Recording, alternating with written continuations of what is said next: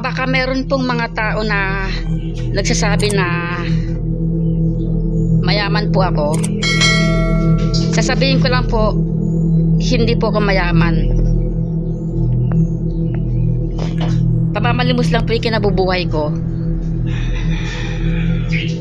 Ito po ang ebidensya. Ipapakita ko po sa inyo na hindi ako mayaman. Ito po ang ebidensya. Ebidensya ba? Ebidensya. Na hindi ako mayaman. Ito po. Ito po yung susi na ginagamit ko.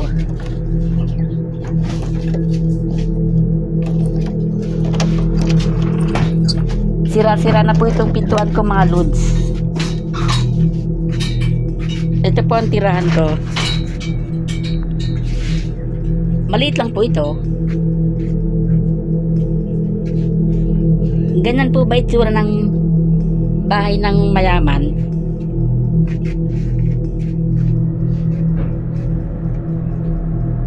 Pamamalimos nga lang po yung kinabubuhay ko eh.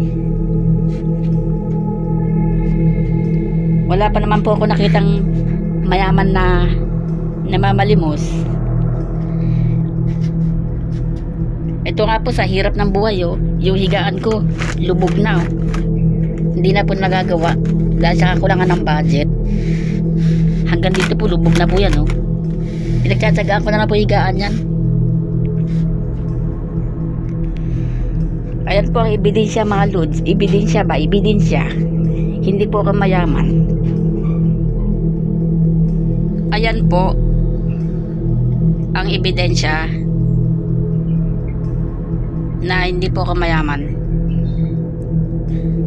Kung dumaan po to sa wall ng cellphone ng mga taong nagsasabi sa akin na mayaman po ako, sorry po sorry for the words, mapapahiya po siya.